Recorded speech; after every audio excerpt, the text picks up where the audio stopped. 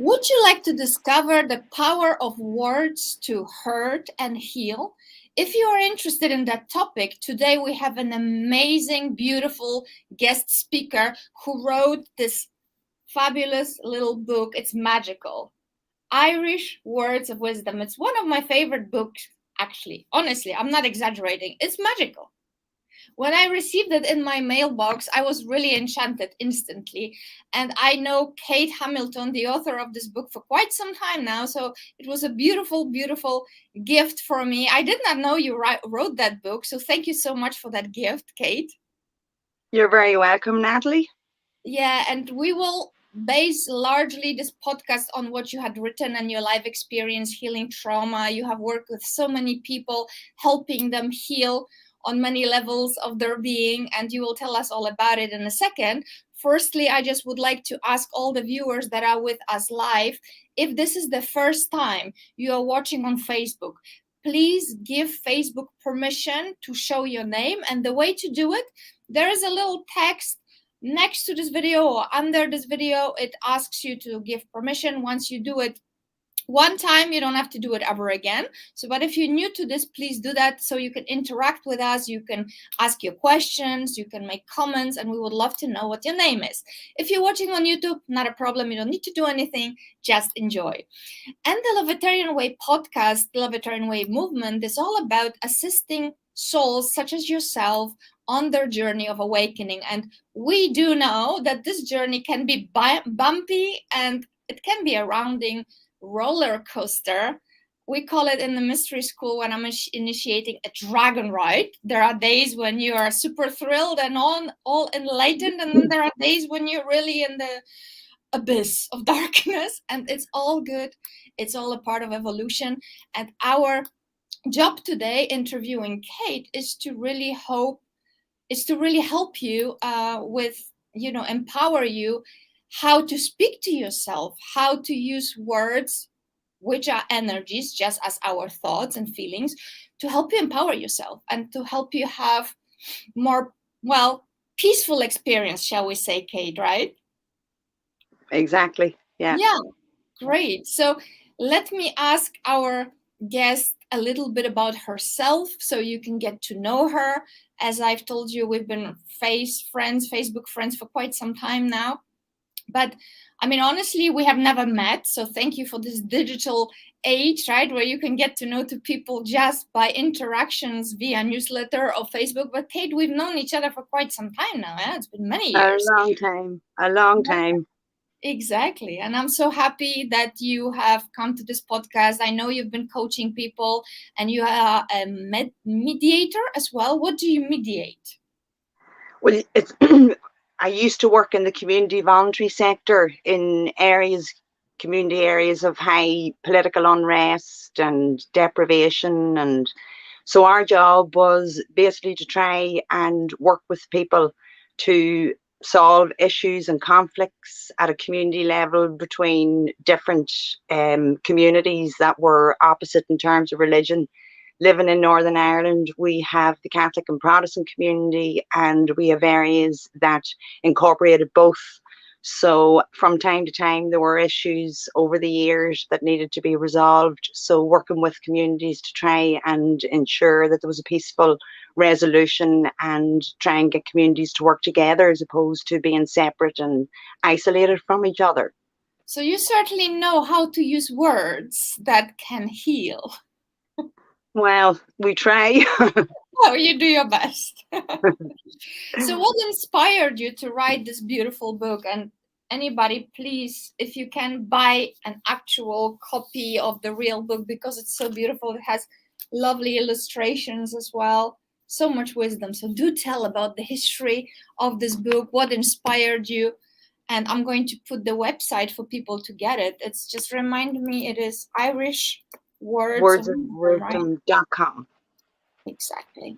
So please, the microphone is yours. The story, the inspiration, and how it could help us heal, not hurt. Okay.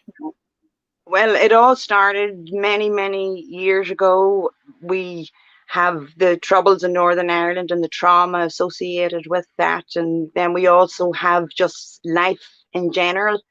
the numbers of people who have died in my life from a very young age, and I suppose the darkness that surrounded my life in terms of grief and sadness. And I ended up doing an end of life coach. I was always searching for how to heal and why do I feel the way I feel, and all the different problems associated with loss. So the older people who were in my life, my grandmothers, they would have different sayings for all occasions, the same as my father. He was a great man for coming off with one line. And when you sat and listened to the words and the wisdom in those lines, it kind of soothed you at that moment. So then I started doing the research and learning about, I wanted to heal and soothe my issues for my personal trauma.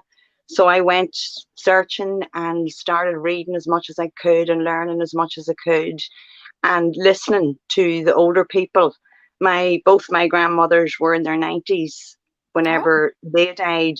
So I didn't understand in today's society, so many people are dying at such a young age. And I wanted to know how could they, I suppose, get through everything that they went through in terms of trauma and survive that and thrive, basically. When our, like my peers, there's a lot of my peers that are gone who have checked out or who have died of a disease. So I started doing the research to find out how can you heal quickly, and I went into all the therapies that were available. And I suppose at one stage in my life where I had huge trauma, my whole nervous system just went, wow. and I started losing weight and I couldn't control it. And, meditation, I couldn't even meditate. The thoughts, it was as if everything was coming up to the surface to be healed.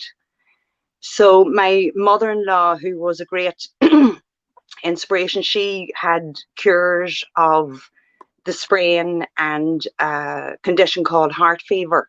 So doctors years ago would have sent patients to her father for heart fever. So that's, could have been 60, 70 years ago.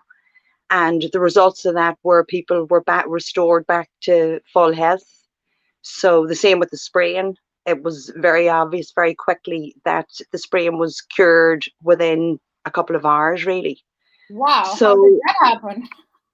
I suppose we have a tradition in Ireland. There's loads of traditions in Ireland. There's loads of superstitions, but we have a culture of people who have gifts and pertain to health issues. So, I mean, they can heal animals, they can heal people, and it's kind of underground, if you like, in that a lot of people don't believe in cures. But those who do believe, again, going back to the belief system, Yep. those who do believe are cured. So I benefited from cures as a child, and it was a norm in the house to say if you've got scarlet fever, if you've got ringworm, if you've got anything, that you go and you have your cure, and the cures worked. So for people who didn't believe in the cures and thought it was a load of rubbish, well, it didn't work. Yep. So that kind of got me on the road then. Well, how come it works for some people and it doesn't work for others? And, what's the process behind that? So I just basically learned about the power of words in terms of soothing and healing, and reading, your Chef Wayne Dyer, all of the greats that are out there. Thank God for technology that we do have the information, and coming to the conclusion that there were times in my life whenever somebody said something that you needed to hear it at that time. So I decided then to choose the poems and the old Irish sayings that people had, that they were able to use themselves to heal their particular circumstances. So what's for you won't pass you, all life's disappointments are blessings in disguise, all of those things that really do, whenever you accept those things, they do work.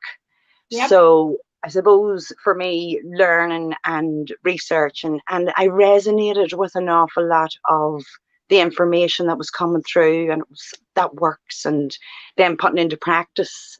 what I was learning, and really finding out that the importance of words with intention. And Brian Ridgely talks about with intention. So the words themselves aren't anything unless you have intention behind them. So if we believe that we can heal ourselves, if we believe that we can achieve, but whatever our belief system is what we will experience.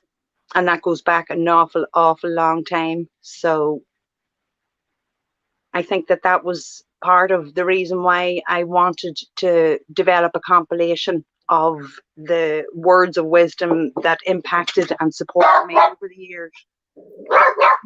Oh, it's your doggy. Yeah, do you? Oh, that's okay. We can wait. Oh, I'm so sorry. The dog's barking. Is it your doggy? Yes, I can put him out. Can I get 2 seconds to put him out? Yeah, you can do that. I will maybe show the book a little bit. You do that. Okay, 2 seconds. You do that. Yeah, so while Kate is dealing with her lovely dog, who is actually speaking the words, I need attention. So this beautiful book. Oh, you can see the dog. You can see the dog here. What is the doggy's name? That's Bono. That's him? Bono. That's Bono, yeah. From you too? Yes, because he rocks. I think he was saying, Mama, I need your attention. Yes. Yeah, so you were saying, I love how this book begins.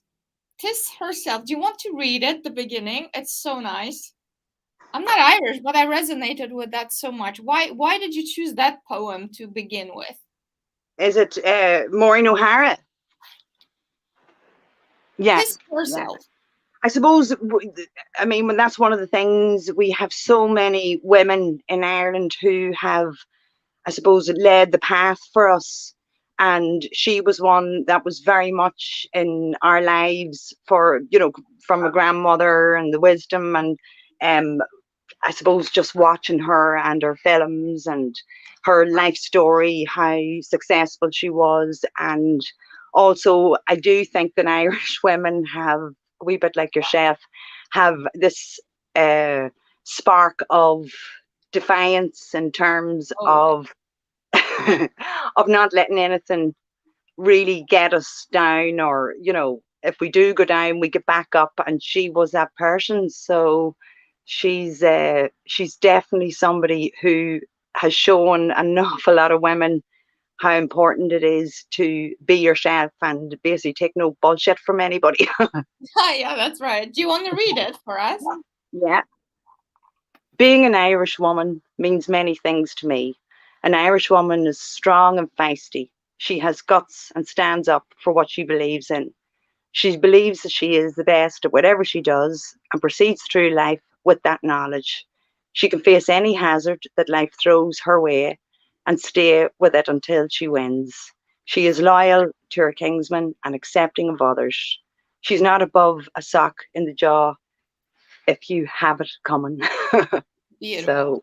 So, in essence, how would you sum that up on the power of words?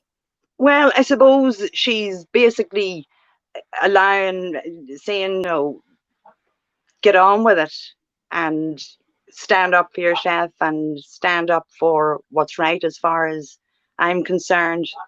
Now, I wouldn't be giving somebody a sock in the jaw, but certainly with my words would use words to basically fight for justice. So I think that's one of the things as well in terms of the women's movement and the troubles in Northern Ireland, or, pick a subject really. So we are very strong women. And I think that's the case across the world. If you've been lucky enough to have guidance from really strong women, which I have. So the resilience. Yeah. It's beautiful what you're saying. It's actually so in alignment with, I'm about to just launch an foundational online course for the Lovetarian Way called Transform Your Life with the Lovetarian Way. And we really, as you know, you've been in the group for quite some time. We focus on the principles that I've received, you could say, from my higher self, from Masters of Light, whatever people resonate calling that higher energy that we are all embodying, really, if we let it. It's our choice. So just like this lady, I have chosen to believe I am powerful, I am the master of my life, or actually master in training, because obviously I'm evolving, I'm still learning. And pillar one really guides me to take 100% of responsibility for my life, because my life is mine to co-create. My words are mine to speak, my thoughts are mine to think, my feelings are mine to feel. Nobody is going to do it for me, and I get to choose if I want to nourish my being with love and light, kindness, compassion, courage, or if I want to put myself down. And depending on my choice, my life is going to be quite different, right? Big time. But I think, Natalie, and I know that it's been discussed on your podcast, I think the programming and conditioning that Exactly. we've all undergone, and the whole area of words and subliminal messaging and the environment we're in and what we're subjected to, the TV, everything, and when you see it and you understand it from a different perspective, and you have to really unpack it all, what your belief system is, and know thyself, which is the huge problem. We don't know ourselves, and we're so busy with life, and we're so busy trying to make ends meet or just survive COVID, for example. And the words, soothing words, this too will pass, all of those things. And they sound really flippant, as if, they don't really mean that much. But if we could use those as seeds to self-soothe, and everything does pass, everything will pass. It may not be the same. We have to adjust, we have to adapt, we have to be flexible in our approach, but maintaining a standard of in your mind of positivity, which is very difficult at times, but recognizing that you're maybe in a black hole, or you're not in particularly good form, and trying to reset the mind. This, I've been here before, I'll get through this, I've been through worse. My mother-in-law was, when she was alive, she was a great woman. If she had a cold or flu, and you asked her how she was doing, she'd say, there's a lot of people a lot worse off than I am tonight. Mm-hmm. So, not getting into a self-pity state of mind where you just go on a tangent and down a spiral, which an awful lot of people do. And I Yeah. worked in the community sector, and I've seen all of the women in communities who are antidepressants, all the different medication that they're on to get rid of their feelings, to try and soothe them through medication, which doesn't work. And so I suppose one of the things about the book was, it was cathartic for me doing it, in that I had to immerse myself in very positive and uplifting research. So I find that just that in itself, just looking at all the people that have gone before who have simplified everything, but we probably can't grasp it because it is too simple. So I suppose now I was looking through the book before I started to speak to you, and looking at one of the quotes, and it was from Patrick Kavanagh, he didn't live too far from where I am at the moment, and he talks about, it's impossible to read the daily press without being diverted from reality. You're full of enthusiasm for the eternal verities of life, and it's worth living, and then out of sinful curiosity, you open your newspaper and you're disillusioned and wrecked. So that's a long, long time ago that he wrote that particular quote, but also shows you at that time it was exactly the same. So although the times have changed, we still have the same issues. And I suppose one of my questions was, well, how were people so resilient whenever you compare the life that they had in comparison to the life that we have now, with all of our wonderful opportunities and access to information? So all of this is coming from wisdom that's been passed down through the generations. They knew that the chakra system, they didn't understand that it may be the chakra system, but they knew that, for example, if your throat, they knew that it was expression, and the stomach for confusion, and they knew all the different ailments, and they knew how to soothe that. So words are very important, but the emotion behind them is what delivers the result. So I used to think about the affirmations, Louise Hay saying all the different affirmations. They're no good unless you feel the emotion associated. So I'm going to be okay. I'm going to be okay. Well, you're not okay if you don't believe that you are going to be okay. Yep. And distraction and all the different things that we do to try and get away from the issues that we don't want to talk about or heal. And I think that everything kind of comes up and is manifested as dis-ease. So I think looking at it from that point of view, I mean, now we know that words are 7% are the words, and 93% are the emotional response, and that's a completely different teaching from years and years, all the different philosophers. And so it's the emotion associated. And I think that one of the things, emotional freedom technique was a great way of calming for me in different situations where I was nervous, and bang the chest, and get it out of your body, and then use the words after that then to self-soothe and try and heal. And I think that that's one of the reasons why I ended up not having a disease, is by using the different therapies. And I mean, there's so many therapies you could, I just wanted to get the fastest. How do you heal fast? And I suppose in terms of finding logical answers to questions, that was one of the ways that I kind of was able to get through some of the stuff, was, understanding that this is part of it, and that we can't, accept the things you cannot change the things you can, and have the wisdom to know the difference. Can you give us some examples of what could be healed as you understand it with the power of words, emotionalized? I think everything can be. I think that there's nothing. I mean, Dr. Joseph Murphy, he was an Irishman as well, and I started studying him, a great man, and he talks about the superstition and the subconscious and all the different things, but it is the repetition of, well, first of all, putting everything out on the table and looking at what your thinking patterns are. Are you mostly positive, negative? What kind of a thinking, are you anticipating good, or are you anticipating bad?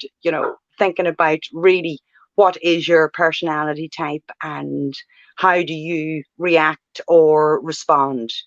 And knowing that the emotions that you have inside are emotions associated probably with other issues that have absolutely nothing to do with the situation. So your reaction could be completely out of line with what the issue actually is. So self-awareness, starting off with self-awareness and looking at why am I feeling this way? What am I feeling? Even knowing that you are evoking feelings in yourself, in the first instance, and feeling if it's anger, if it's sadness, whatever it is, if it's happiness, how do you get to that state? And I used to listen to Esther Hicks, and she'd say, you've 17-second window. Yep. So if you start the momentum, and everything is momentum, what you focus on, you get more of. So if you're in a really good mood in the morning and you wake up and life's wonderful and I'm so grateful, and the gratitude, that would be my big focus. I focus on gratitude no matter what it is. If it's a situation, if it looks from the external point of view that it's a difficult situation or whatever, I want to know, I'll soothe myself by saying, what's the lesson out of this? How is this for me? And how can I make sure that I don't go off on a subconscious tangent of negativity? And Yeah. that's how I try and do it every day. Now, it doesn't always work, depending on the situation.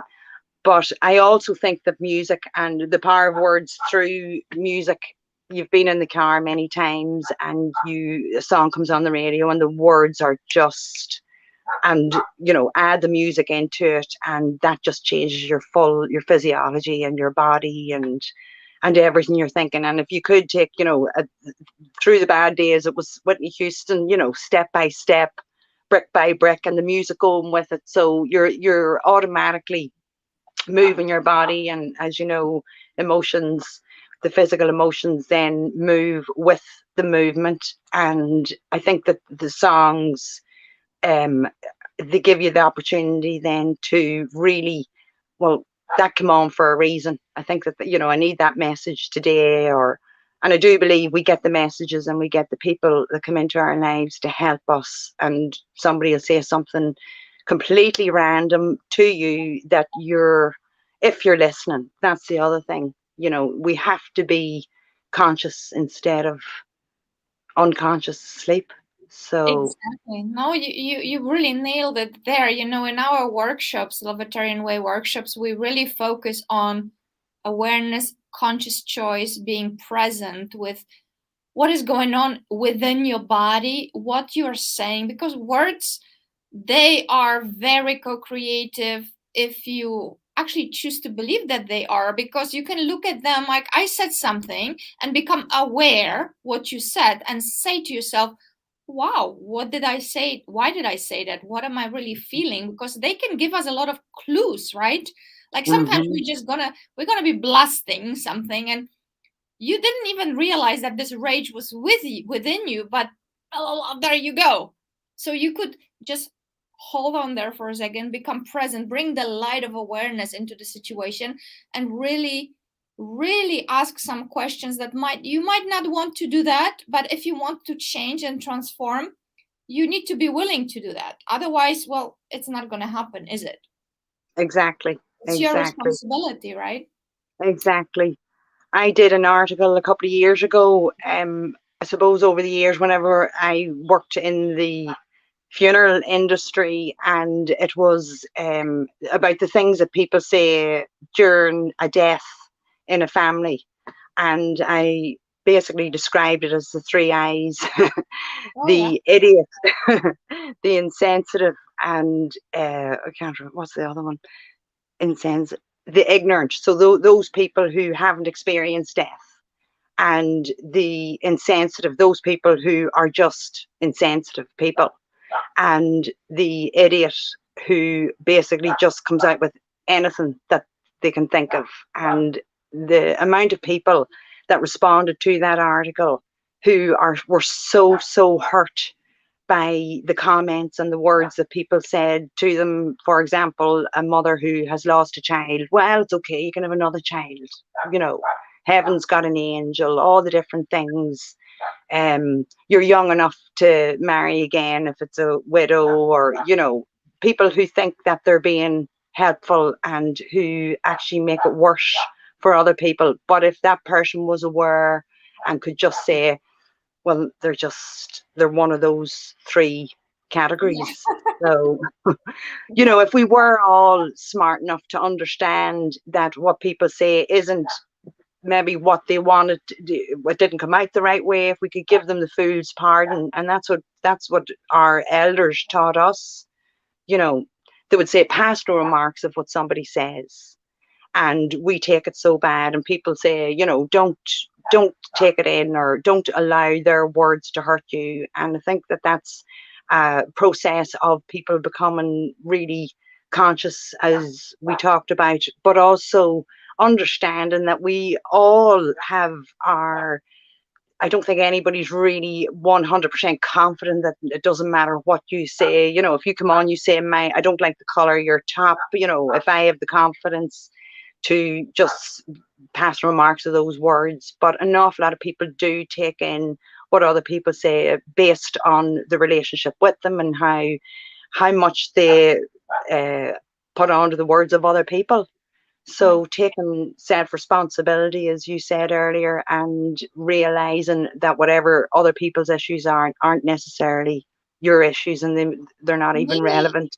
maybe it would be a good idea actually to talk about mirrors, because for me and the people that I've been working with, what has been very, very helpful was understanding on a very deep level that everything is energy vibrating at certain frequency. I mean, today you don't need to be a spiritual person to acknowledge those concepts, because that is quantum physics, that's quantum biology. Today we have the science beyond a shadow of a doubt that tells us straight up everything is energy vibrating at certain frequency with certain density. Your body has certain density, words have other density, thoughts have other frequency, etc., etc. So if you can acknowledge the fact that we actually not just Newtonian physical beings, we are beings of thoughts, emotions, right? We have mental, spiritual, all sorts of layers to our beings. We are multidimensional.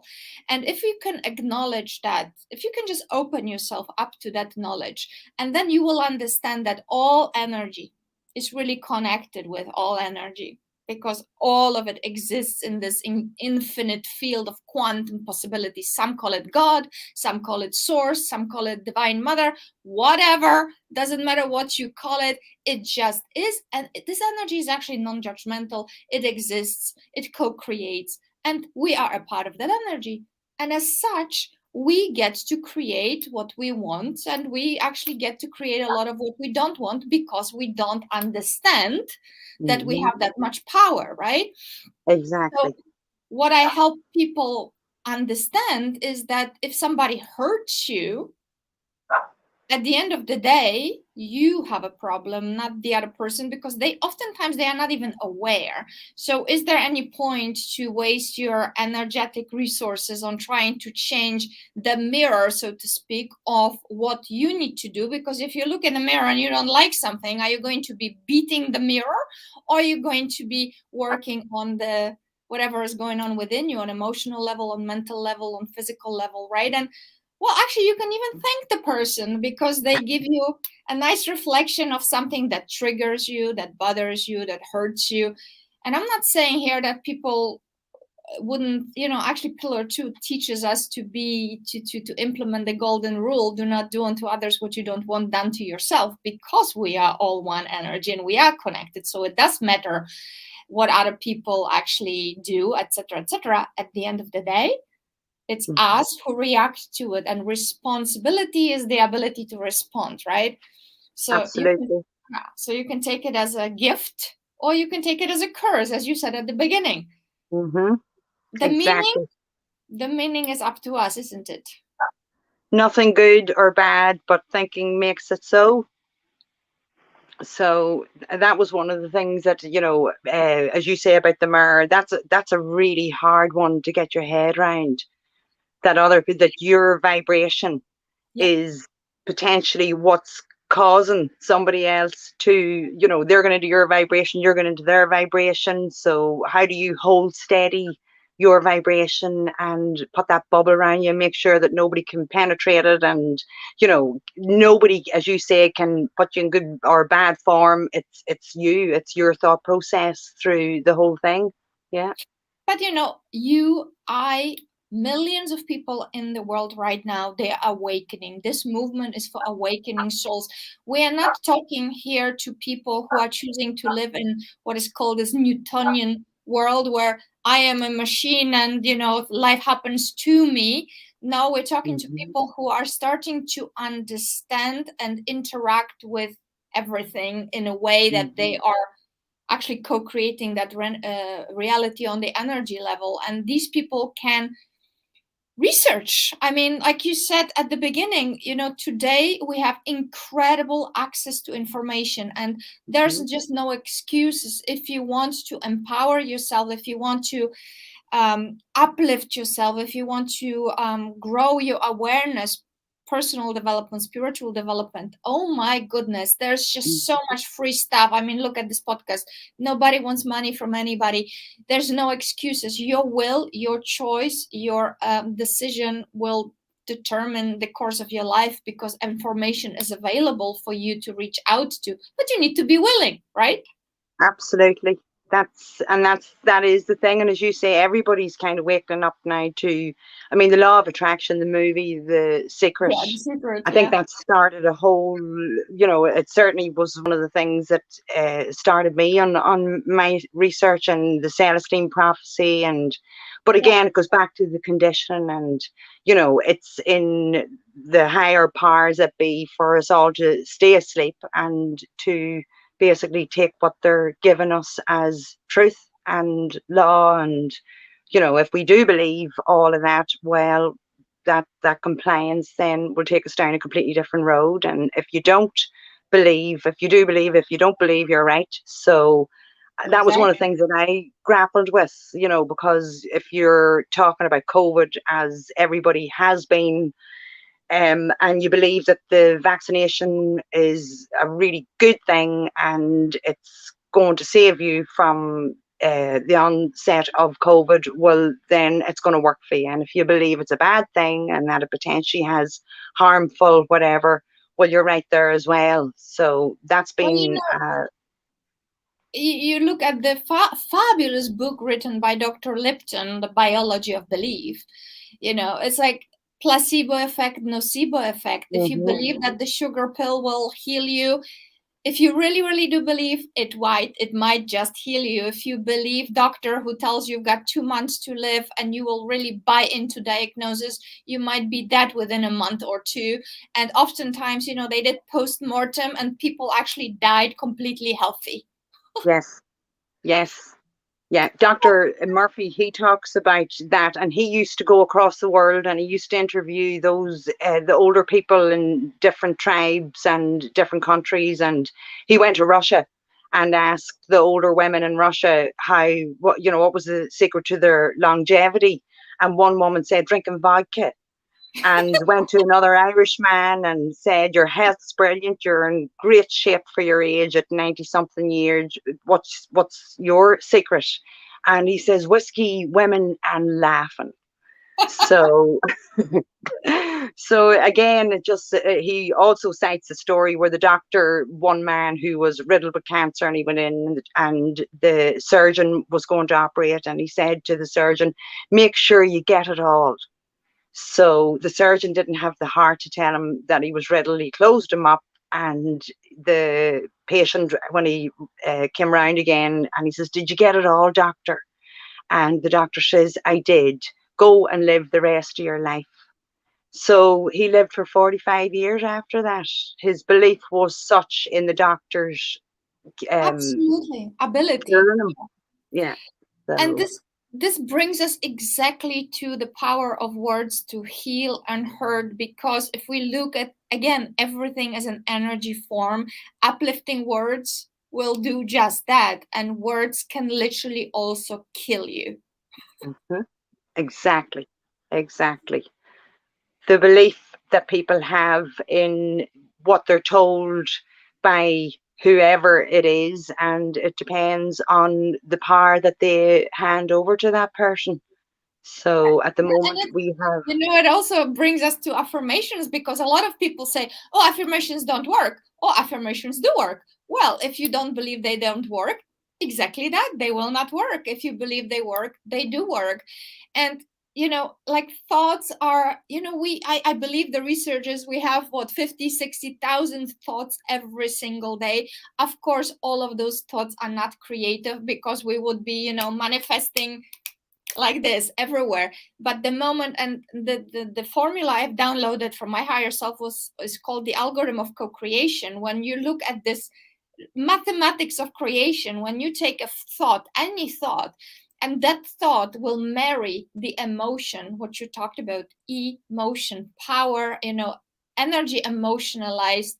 It's just like putting turbo on that thought, and the energies derive from, two opposing polarities, right? Fear, love, light, darkness. So depending which energy is feeding that thought, it's like you talked about Abraham Hicks, the momentum of 17 seconds. If you keep thinking a thought and you start feeling that thought, let's say, for example, it's emotionalized by love, by kindness, by gratitude. After 17 seconds, the energetic momentum kicks in and you keep going and you keep going. My God, you can transform the world, right? Absolutely. And As opposed gratitude to, is, yeah, as I opposed think to the gratitude, other.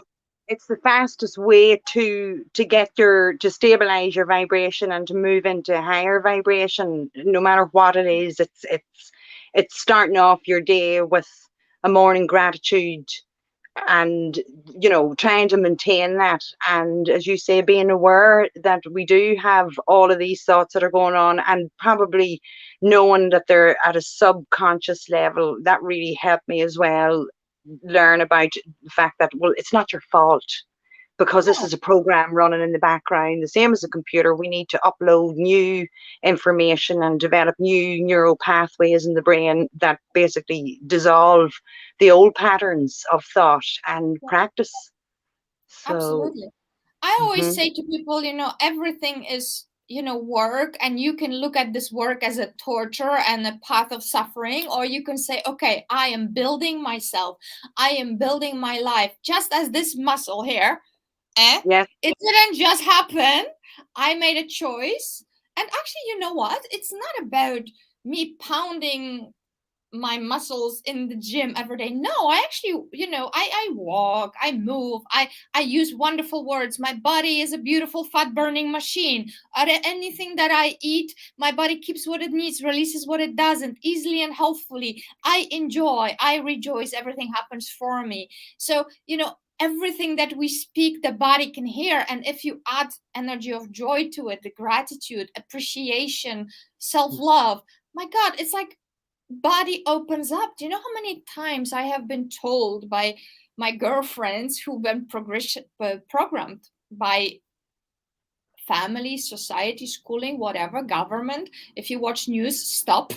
Don't yeah, watch the news. I stopped 12 years ago. More power to me, right? I choose what I want to watch. I choose what I want to feed my body, my cells with, because everything is being taken in like a sponge on that hmm, energy level, right? So I have chosen to believe that my body is a fat burning machine no matter what I eat. And on that note, as I was doing this affirmation, I actually make better choices. It's not like I'm hmm, stuffing myself with pizzas and ice cream and all of that. No, I make healthy choices. But when I want to, when I'm going on holidays, I just came back from Poland.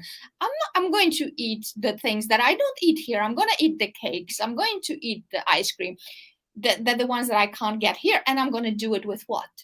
Joy, appreciation, beautiful affirmations. And I'm going to be so happy. And you know what? hmm, My body actually responds to it. It's not a problem.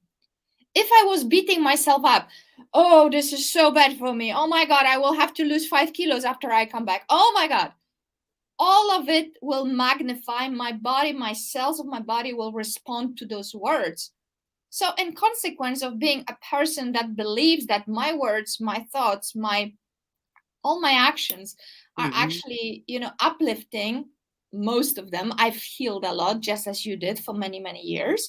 And I have been observing over the years how my life is shaping when I'm choosing empowering thoughts, feelings, words, as opposed to the other ones, right? Oh my God, that's like creating heaven on hmm, earth and creating hell on earth. I will exactly. choose heaven anytime. You're the example with your health issues and how Yes. you have thrived. I mean, I don't know how many people who were in remission from cancer, for example, Yeah. and the seed was always put in them, we're going to have to look after you now because it may come back, or, Yeah. and what is remission anyway? I Yeah. mean, I always used to say that word remission used to really bug me, because yeah, it's gone. It's gone. You're cured, you're healed, that's it. And then whenever it did come back, I mean, the root cause was never addressed. It was always a superficial disease that was Exactly. manifested in the body. And so you're the example of um No, it a didn't health really even and happen, right? Because you remember my story when I spoke about it in one of the podcasts or several. And when the doctors told me, 6 months of your life you've got, with chemo, this and that, and I was like, no. First of all, mm-hmm, I was like, no, I don't believe it. It's like, And then some people say, well, but you must trust the doctor, or you are in denial. And I'm like, well, I feel what I feel. And, I don't accept this kind of diagnosis. Yes, there's something in my body, meaning the energy was not flowing smoothly. Something in my being created some sort of blockage. And it is an energy form. It is a denser energy form. There are ways to let that energy dissolve, relax, not just remove it and that's it. There has to be more to it, because there is a root cause behind it. And instead of trusting that doctor at this point, I said, I disagree with you, and I'm going to look at other solutions. And then I called bioenergotherapist, which is a person literally that can sense the energy fields in your body, and he can move the energy in your body. We actually can do it ourselves if we learn. That's why I'm really passionately studying energy medicine myself. And you can really move pain, you can move density out of your body, completely shift and really heal. I mean, like, Donna Eden, the creator of Eden medicine, she healed multiple sclerosis. She healed herself from heart attack. There's hundreds of thousands of people that are quantumly, by moving energy, healing, aligning their bodies, balancing their bodies. So what I had done, this person helped it move. Everything was aligned. By the time that all the tests came back, because I did remove the tumor, right? They removed the tumor. I said, okay, you removed the teeth, we may as well do that. But according to the doctor, that tumor would have already consequences on my entire being, meaning, let's nuke it, right? Let's do chemo, let's do radiation, which we know by research that 75% of doctors would never do chemo, by the way. So that should make a person think a little. There's a great book written by Leanne McTaggart, What Doctors Don't Tell You. Well, read that book, draw your own conclusions, and see what you would like to do, if you believe that or if you believe that. I mean, again, power of belief, right? I chose to believe that I actually have a power to heal. And so whether it was cancer or not, who knows? I can have conversations with people telling me, maybe there was no cancer. I'm like, maybe it wasn't. And what is cancer anyway? It's a name, isn't it? It's a word, right? Yeah. And we know now that, the number of diseases and the new words and the new conditions that are coming out every single day. Exactly. And I suppose we have to look at, what are the benefits for all this. I know that over here, whenever I was a community worker, there was huge benefits for people who, literally benefits as in money for children who had certain issues, and we're coming up with all of these issues, and I suppose labeling people from a very young age with a disease that it's not even there. It's a transient emotional state as a result of whatever they're going through at that particular time, that they're saying, well, the label is this and you will have to be on this medication. Blood pressure, for example, over here the belief is that if you have high blood pressure, you go on your blood pressure tablet and you're on it for the rest of your life. That brings us back to that brings us back to the meaning of modern medicine. If I'm ever, knock on wood, right? Knock on wood. If I'm ever in an accident, maybe I would like doctors to put me together. But when it comes to chronic conditions, stuff that did not exist in the past, well, stay away from the traditional medicine. Go and look at energy. Go and look at, alternative treatments, and change maybe the way you think, the way you speak, the way you eat. Like 100 years ago, that people even eat what is called processed food, which is not even food. And this actually interacts with the energies of your body, and it starts changing your biochemistry. People have not been pumping their minds with the news, with the agenda that exists at some vibrational level that is all about controlling society. So you don't need to live in that world. You can choose to turn off the news and be rebirthed, literally rebirth yourself anew by pumping your mind with such beautiful books, with the wisdom of the ages, wisdom of our ancestors. That book about blue zones, where the centenarians are sharing the words of wisdom. And what do they say?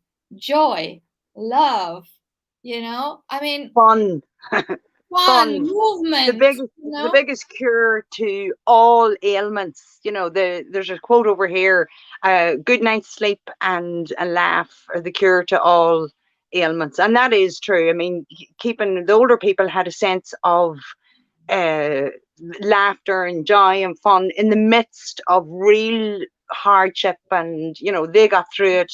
Irish people are all, the banter that they have, and Yeah.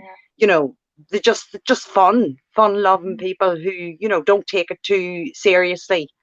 No. So I think taking everything too seriously, in terms of growing up, and I mean the external circumstances warrant when you look at it from the outside in. Yes, there are real issues and there are real problems, but again, it goes back to reaction and response to it, and making sure keeping a level head, and try and not get too high, not too low, balance everything in moderation. And I suppose that's the best quote in the book is, everything in moderation. But now Including we have, moderation itself. Have you heard that one? yeah, there you go, you see. But there's too many people want to give their personal responsibility away to others, and they've got justification if they're looking for it. So if it is, maybe losing weight or whatever the thing is, stay away from the trough. That was the way people lost weight years ago, was to stop Absolutely. eating and reduce their plate or whatever. Now the industries surrounding all of this beauty, fitness, health, I mean, pick a subject. We have industries whose job it is to make sure that we don't get our power, and we certainly don't keep it, and keep us in a state of self-loathing or whatever people Fear. are feeling. Fear, that's the big one. Fear. Yeah. Yeah, Yeah. fear is huge. And I mean, I mean, even Hitler said the bigger the lie, the more it's believed. absolutely.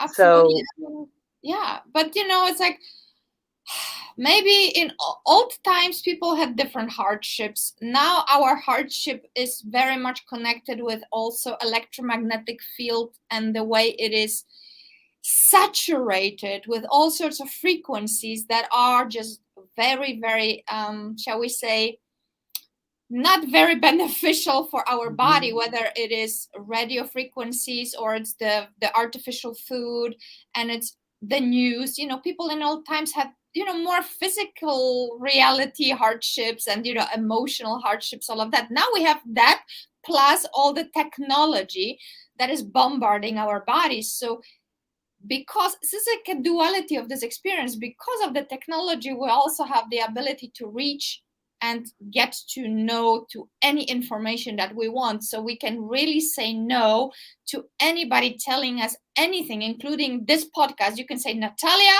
I don't believe anything that you're saying, and I say good, because I am not trying to convince you of anything. What we are doing here, we're actually opening your awareness to question and use this. Remember in old times, the critical thinking, people stop to think with some awareness, like, is that true? Do I know for sure that it is true?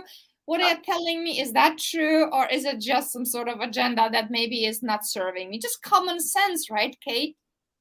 and common sense isn't common. That's the problem. But it's not. And again, it goes back to your program, and it goes back to your belief system. And for us, I mean, if you went to a doctor, the doctor was called sir, and there was so much Authority. power given to all of the important people like doctors, and and a lot of them were really good and coming from a really good place. But as you say, an awful lot of them know the truth, and they understand that, I suppose for me, it's about how much are they getting out of it. I mean, it's like they want you into the system. I'm of a certain age now where I'm getting letters from a doctor all the time, and they're saying, you need to go and have this done, you need to go and have that done, you need to go, we're looking after you. And I mean, my doctor's disgusted with me because I won't go and get into the system. I'm staying out of the system. Because Yeah. when you're in the system, you're in the system forever. I know people who have appointments, there's 4 or 5 appointments a month.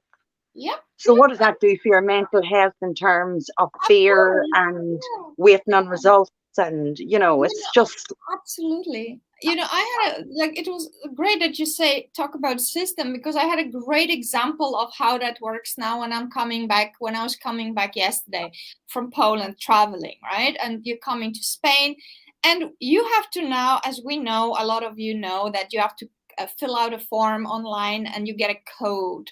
So you're passing with that code through the border control, and it's like I had the flashback from some, utopian films where you're a little, assembly line robot, and they just ping, ping, ping, just like you have the food in the supermarket. And, that's a great metaphor to what society largely, I mean, what 90% of people, they still live in that reality where they are on the assembly line, where they don't question anything like, why am I eating that? Why am I listening to that person? Who says? It's like, you actually were born as a sovereign being. I'm not calling for revolution here to go and, do anarchy. At the same time, are you happy with the people that are so-called in charge? Because I know I'm living as a free being, and I pay my taxes and all of that. There are also ways to work around things. You can say no to things. I get messages all the time to get my vaccinations and stuff like that. I say no. I choose to not vaccinate because it's my choice. I have a perfect immune system. I take care of myself. Why is nobody talking about prevention? Why is nobody talking about taking care of your body, who actually has everything that it needs to heal, right? So it is my choice to go, well, I'm not going against anybody. I'm going pro my health, my thriving, my prosperity. And when I thrive and I prosper, I know I can help more people. I will not allow anybody to put a sticker, code on me and put me in that system, just like you. So I actually have a doctor who is very much pro what I'm saying, because if we're on that topic, we may as well. He actually said that it is disgusting what the governments are doing, because the mortality rate of this disease is 99%. I mean, the survival rate is 99%. So to ruin economy and to put the world upside down for this, it's just insane criminal behavior. And I am the youngest of his patients. He's got people who are 80, 90, 100 years old. Nobody died. I'm not taking away from people who died, because people die every day. People die from medical treatment. People die from eating medicine. People die from everything. That's a part of life, dying. Yeah. So to do what has been done because of this virus, well, I don't agree. People can have a different opinion, right? I choose to stand in my power, and I choose to eat vitamin C, and a lot of it, and I am perfectly fine. And I choose to just be empowered by my words, and actually gather with people such as yourself and other beautiful Lovetarians who really choose light, love, empowerment, and they understand how energy works. They understand that you can be very easily controlled if you let it, right? So our job here, I believe your job as well, is just to stand in your power, because we can't change other people. Well, we can influence them by our embodiment. That is my belief. What do you believe?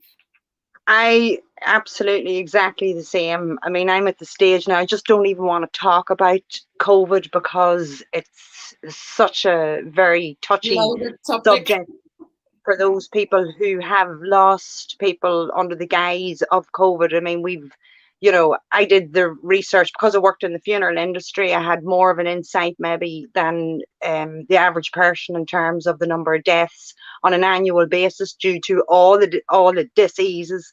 But I mean, there was absolutely no difference in terms of the number. And it's globally the same, right? Like anybody can actually check this information. Yeah.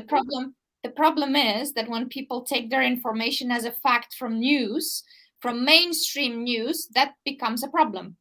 Yeah, exactly. And I mean, that's therein lies a problem, that we believe, we have trust in the information that we're getting, and that's misguided trust. And I suppose as the months and the year of COVID has unfolded, people are starting to ask questions, especially given the fact that the leaflet with the injection comes and says, this is not going to prevent you from getting COVID in the future.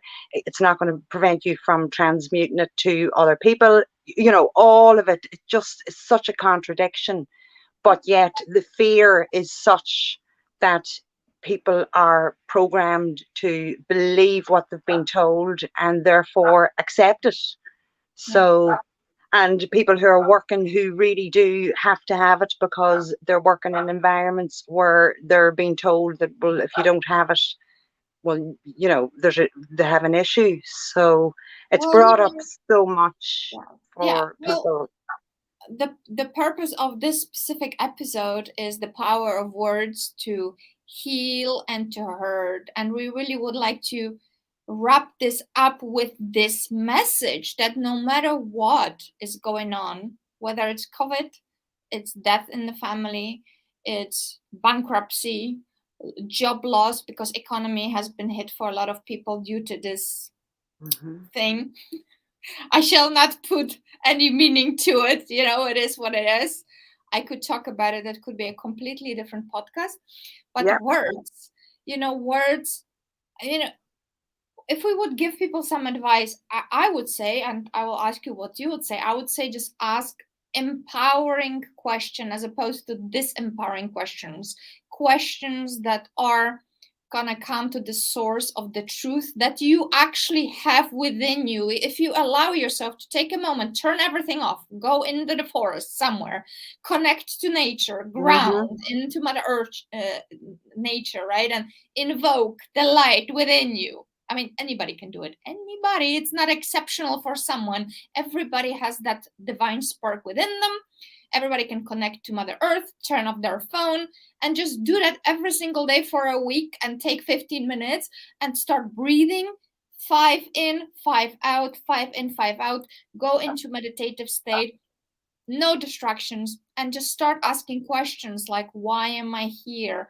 What is my life doing for me, right? Like, you will get other questions as well. And like, why is it true that I'm powerful? Why is it true that I can, you know, create a different life? Why do I have the truth within me? You know, it's like, play with those concepts. And my God, like a week from now, you will get some messages, I would say, because that's what happens to me and to the people that I'm working with. If you disconnect yourself from that mainstream source of information, you will get the information from the source of your being. So that's not my advice, the power of words. So those are the words that I would use to heal yourself, not hurt yourself. Exactly. How about you? And I mean, all self-sabotage, that's what all self-sabotage is. You know, it's the running, again, it's the conditioning, the running program in the background. I can't do this. I'm not good enough. All of the different things. What are people going to think of me? You know, giving your power away to other people. But going back to the feelings, I mean, what we feel in the body, and why am I feeling this, and why am I nervous, and why, and, you know, words then that support, I'm going to be okay, this is going to be okay, this is going to pass, everything's going to be all right, everything, I mean, Esther Hicks, everything's working out for me. You don't know, you can't see the future, you don't know what's down the road, but as you say, what would it look like for me to have the best life that I can have, and how would that be for me, and what the important areas are, and starting to really focus. But it's going inward, and it's knowing yourself. That's the thing. 100%. 100%. And another thing I want to say is, like, I would not want people to think that we are encouraging them not to feel any negative emotions or anything like that.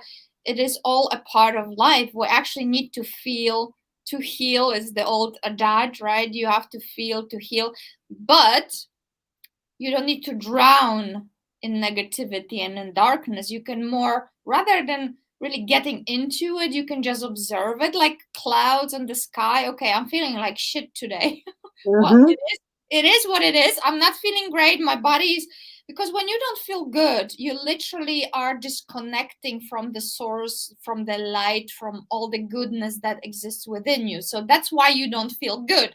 It's not that you don't feel good because something is, oh my God, off. No, it's just that signal. Your body is a compass. You're going in the other direction than the flow of life, this beautiful expansion of goodness and light within you, right? That's why you feel like poop, because you might have some old trauma that you're releasing, whatever programming. And this is, cleanse, detox doesn't feel good, does it? There's a hard road to getting to that, and as you say, it's very important to feel all the emotions. They're all part of us. They're part of, our past, present, and future. But as you say, not, I suppose the thing about it is about dwelling and going into a downward spiral that you can't get yourself out of. And maybe sometimes, maybe you do need to hit the bottom and then start trying to move up again. So feeling the emotions and letting them go and transmuting the energy associated. And I suppose for me, the EFT was one of those ways of doing it, where I could regulate my nervous system by doing that, by literally getting the energy out of my body and realizing where it was. So in your head, or if it's in your stomach or whatever, and listening, because the body takes scores. So Yeah. identifying within your body where it is and what you need to heal. Yeah, it's like, we all need to, that's why I love spirituality and energy work, because it is always going to be your own experience. It doesn't matter what Jesus, Buddha, or whomever says, or, Natalia or Kate.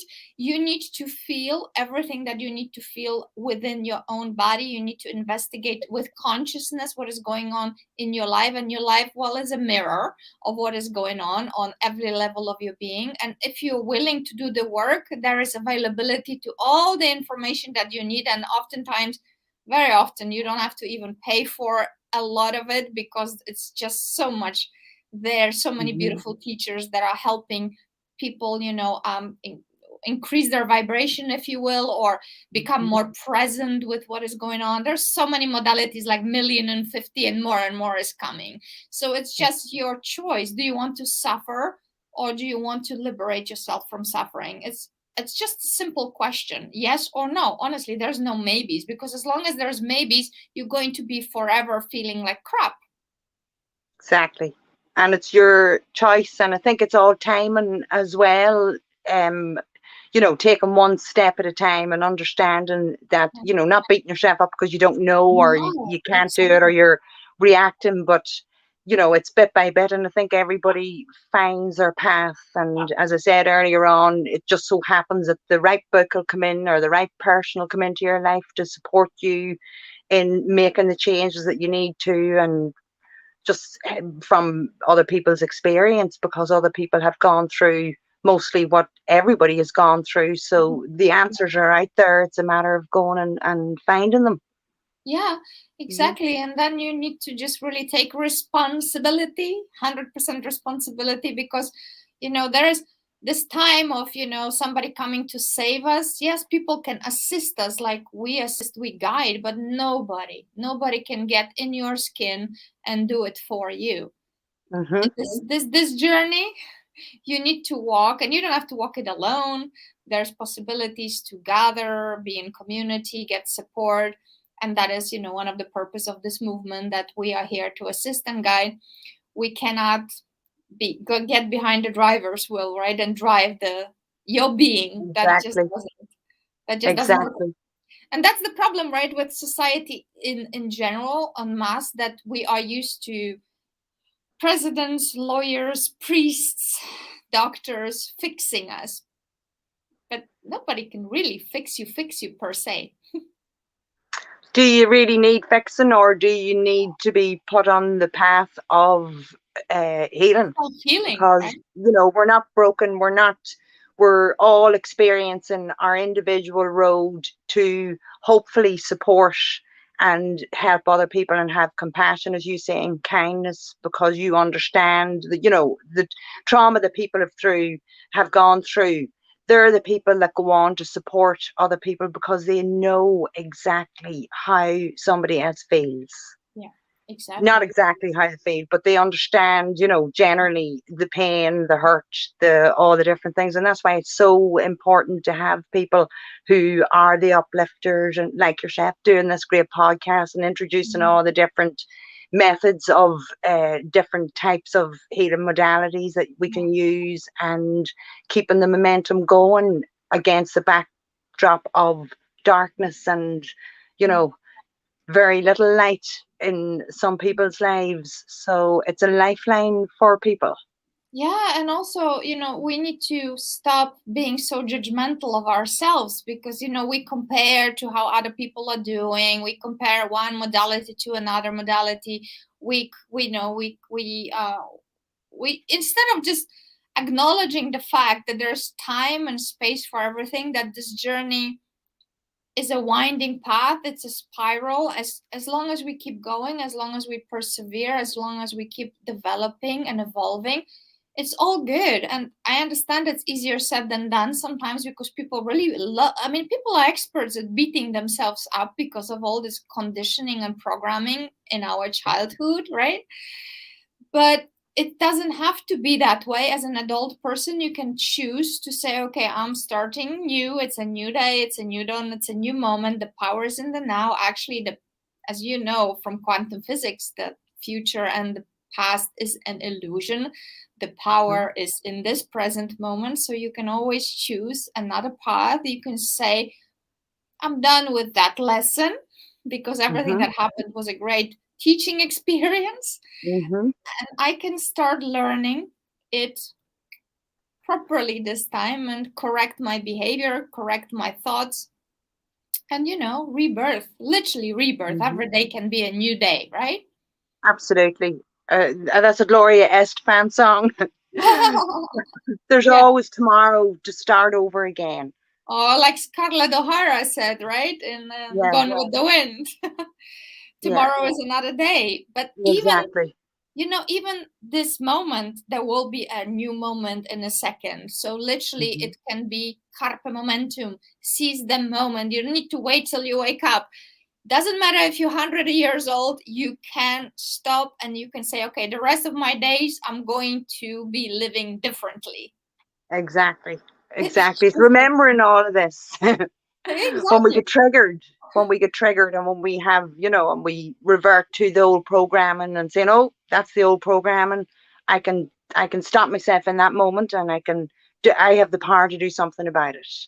And that recognition that I don't have to react in the same way, or I don't have to overthink or overanalyze, or, you know, as you say, let it be. And I mean, those two statements, it is what it is, we are where we are, all of that now is that's what people are saying all the time. And sometimes I think it's beneficial, and sometimes I think, well, hang on a wee minute, that's a ticket for you maybe to do something. Oh, it is what it is, I did it, it is what it is, without taking responsibility. Yeah. So it is what it is. But, you know, how could I have contributed to it and made it a completely different outcome rather than Well, you can look at life as you are a victim of life and circumstances and all that happened to you, or you can say, no, I'm a co-creator and I've yeah. learned from all the, some people call it mistakes. I say mistake is a mistake only if you don't learn from it. If you keep repeating it like a robot over and over and over again, I mean, at some point maybe you become conscious and say, okay, now this is happening again, so what is it that I am doing? Because I love to teach Ho'oponopono or practice Ho'oponopono Yeah. myself. Great ancient healing practice, and one of the great teachers, Dr. Len, he says, if you've got a problem, who is in it? You. You've got a problem, so take 100% responsibility. It's like I told those examples over and over again when I was doing this mantra, talking about power of words. Please forgive me. That's the Ho'oponopono. Hmm. Please forgive me. And I ask forgiveness to this part of myself that was unconscious, to the divine mother, to the field. Like, please forgive me, because if I knew better, I would have done better. I'm so sorry. and I love you, and I thank you for this lesson, and I keep taking responsibility for this co-creation, whatever it is that had happened. And I might perceive it for a moment temporarily as somebody did something to me, but in fact they are showing me something that I need to work on still. And when I do this, I repeat this mantra with a feeling, and I do it over and over and over again. Oh my God, oftentimes the outside circumstances will really change very rapidly, whether it's being upset with my husband and he comes and we reconcile, or a client somewhere, or even, something more dramatic. Everything gets fixed when you take responsibility, or it passes. It passes. Exactly. And the beating yourself up and the Honopono, that was one that I really benefited hugely from that. I thought it was great, and the background to it and learning about it, and it's a very simple mantra to say, that you could just say it, but the power of those words, even though maybe you don't believe it at the time, but because again it goes back to, it's that simple and powerful that people don't understand how powerful it is, because it's so simple. Yes. And we've so many different, the neuroscience and metaphysics and all the different areas of energy work and all the rest. And everybody thinks it's so difficult and so highbrow or whatever, whenever it's not, whenever it's as simple as saying you can feel somebody's vibration. So if you walk into a room and people are fighting or whatever, you can feel, before you hear one word, you can feel it in your own being that somebody's in bad form. I often say to people, just get quiet, take those deep breaths on 5 with your nose, out on 5, equal rhythm, do it for a few minutes, touch your heart and start saying, I love you. Even close your eyes. I love you. Thank you. I love you. Thank you. And I challenge you to do it for 5 minutes every single day, and then tell me nothing changed. I don't believe that it will not change. It changes. But you need to be willing. You need to be willing to look at the simple thing, because I know mind wants to complicate things. We've been conditioned to complicate things. But no, I mean, life, honestly, the innocence of a child and the joy of a child is actually our nature. That is our nature. That's what we really want to connect to as much as possible. And we know it when we're having fun, right? When we let go. Absolutely. What an amazing feeling. Yeah. Right? And that's one of the ways to do that, is to find your, the fun within your life. I think a lot of people have lost the fun factor, and trying to find that fun factor. And for me, it was through the music. And again, it came into my life at a time that I needed it, and I wasn't expecting it, and I couldn't have imagined in a million years. And through music and fun and the words of songs and uplifting and changing vibration, and that's what it's done, and healing. So the fun, finding fun and laughter and joy, and that's the real work, is to do that, because you're going to heal automatically through that. And I think that is one of the fastest ways of healing, is fun, and and for self-forgiveness. Forgiveness for the things through the Honopono, the self-forgiveness, please forgive me, acknowledging the fact that maybe you have contributed, taking responsibility. People, they have, I don't know about you, but a lot of people I work with, they have this difficulty with forgiveness. Like, why do I have to ask forgiveness for? What do I have to be sorry for? And here's the thing, subconscious runs the show. You don't know at which level of your being, and you are a multidimensional being in this lifetime, other lifetimes, who knows, who cares? Do you really care? Because if you want to know why, good luck to you. Why don't you just take responsibility that if it is in your life, it is a problem. Does it cause a problem for you? It does, doesn't it? So do something about it, right? And forgive yourself for at whichever level you have contributed to it. Just be simple about it. Exactly. Or spend, 10 years going to therapy and paying very hefty fees. That's your choice too. Again, another industry, Irish people drank. They didn't go to counsellors.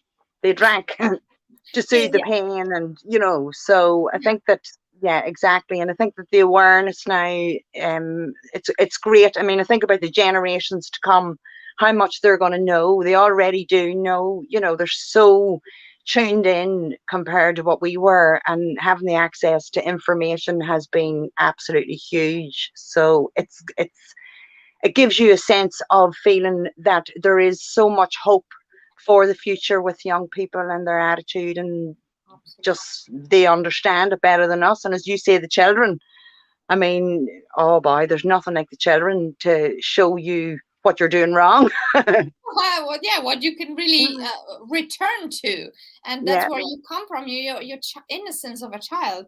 That is that nature of our creatrix. That nothing is impossible. Everything is exactly. possible. And then you start telling children, don't do this, don't do that. But in old times, people were not fussing. Children were playing in the mud and they were perfectly fine. They were falling off the trees. They were doing this and that. Nobody was like, oh my God, Exactly. That's perspective, right? Exactly. Trust and faith. Everybody has the journey that they need to travel on. I'm not saying to be reckless, just be really present, responsible, common sense, critical thinking, and empowerment, which is available right now all over. I mean, you want empowerment, just go on YouTube and I don't know, empowering videos. My God, millions of hits, right? So absolutely. We are living in the age of information, and that is the beautiful part, and that is also the ugly part. So the duality of human experience, you need to choose to focus on the Lovetarian way, which is the way of light. And I don't care what you call the Lovetarian way, as long as it's self-love, self-compassion, self-forgiveness, beauty of life, seeing all that is well, and also using your beautiful mind for what it was actually created to do. Be in alignment with your beautiful heart, not running the show, being mad, crazy, ego driven, right? Exactly. And pump your mind with such wisdom. This is ancient wisdom. This is beautiful, beautiful words that are coming from people that actually know a thing or two. And they can really inspire and uplift. Yeah. Exactly. Kate, Exactly. final words, my beautiful, because we're coming on to 1.5 hours now. What would you like to say to our viewers more? Because this is going to be there forever. I think have fun through it all and make time to have fun. I think that it's one of the missing components that, given everything that's going on in the world and communities, macro and micro levels, just, try and have fun and laugh and get as much enjoyment into your life as you can and see the benefits of that. So choose the words that will uplift you. Absolutely. And I mean, Esther Hicks says, write the word down, fun, fun, fun. What does it mean? What does it mean to have fun? And find that inner child. I'm lucky enough to be exposed to a 5-year-old and a 7-year-old. So I'm learning to run through the puddles again, and I'm learning to, watch and observe those beautiful wee girls from a place of fun. And that's all they're looking for. What's next? What's next? Fun. What's next? Yeah. So, we as a society has also been conditioned to associate fun with boozing and drugs and whatnot. That's not the fun we're talking about. We're talking about this childlike innocence, purity, right? Of that fun. Exactly. Singing, dancing, movement, climb the tree. Breathing, honestly, breath, there are so many breathing techniques that can shift your state. We're really working with that a lot in our workshops. I mean, the breath can literally stop your heart and it can completely shift your state. So do some research on YouTube. You will find how in 1 minute of certain breathing modalities, you can literally explode your mind with joy. Or depress yourself. So you need to breathe properly because, honestly, breath is our primary nourishment. You can live without food, you can live without water for quite some time, but you stop breathing for a few minutes, you're done. Yeah, exactly. So have fun. I mean, this is now Friday. Oh my God, what is it? Thanks God it's Friday. right? Let's create such life. Well, we don't need to say thanks God it's Friday, because we're going to be super grateful that it's Monday, because we will change the biochemistry of our bodies. We'll use the words that uplift us, the thoughts that, Monday is not a drug. I'm looking forward to this beautiful day and what it's bringing, right? It's Monday. Exactly. New possibilities, right? Yep. Every day is a gift. Every single day is a gift. We're not going to be here for too long. I mean, we're only passing through. My father used to say there'll not be a word about us in 100 years. So. But there could be. You could leave the legacy of love if you choose to. So yes, absolutely. It's not going to be you, that person, but you might leave something, right? Beautiful. Exactly. Well, we all have our contribution to make, and everybody, again, back to responsibility. Are you going to make somebody's day a good day, or are you going to contribute to making somebody's day a horrible day? Or if you can, just the kindness, the joy, happiness, especially at this time whenever we all need a good dose of fun and upliftment, especially coming into the winter. Yeah, exactly. Well, it's like, I think the good way to finish this would be, just observe how you feel and how what you say to yourself makes you feel, and go more to the places and embrace more of those that make you feel alive, joyful, loving, and practice more of that, and you're gonna be fine and your life will transform, because I've experienced that. Oh my God, I'm 45. I probably suffered for good 30 years of my life. So yeah. It's time. Yeah, exactly. Don't wait. Just start today. Start thinking differently. Start taking responsibility for the energies you take in and you exude out into the world, because it is all connected. Be a joyful, loving, light being. Choose that. Regardless, because things always happen. There will always be things happening outside of you, but you actually contribute to those things by shining more light or dimming your light. Yeah. Exactly. Yeah. Good girl. Well, you look like an angel, Bill, in your dark room, Kate. So thank you for your beautiful light. And this podcast is going to be, it's on YouTube, it's on Facebook, it's all over. Eventually, we will also turn it into audio and put it on some podcasting platforms. So you can listen to it for many years to come. And maybe Kate will come back to us in a while, tell us what's up with her, and how you have been shining your beautiful light more and more and more.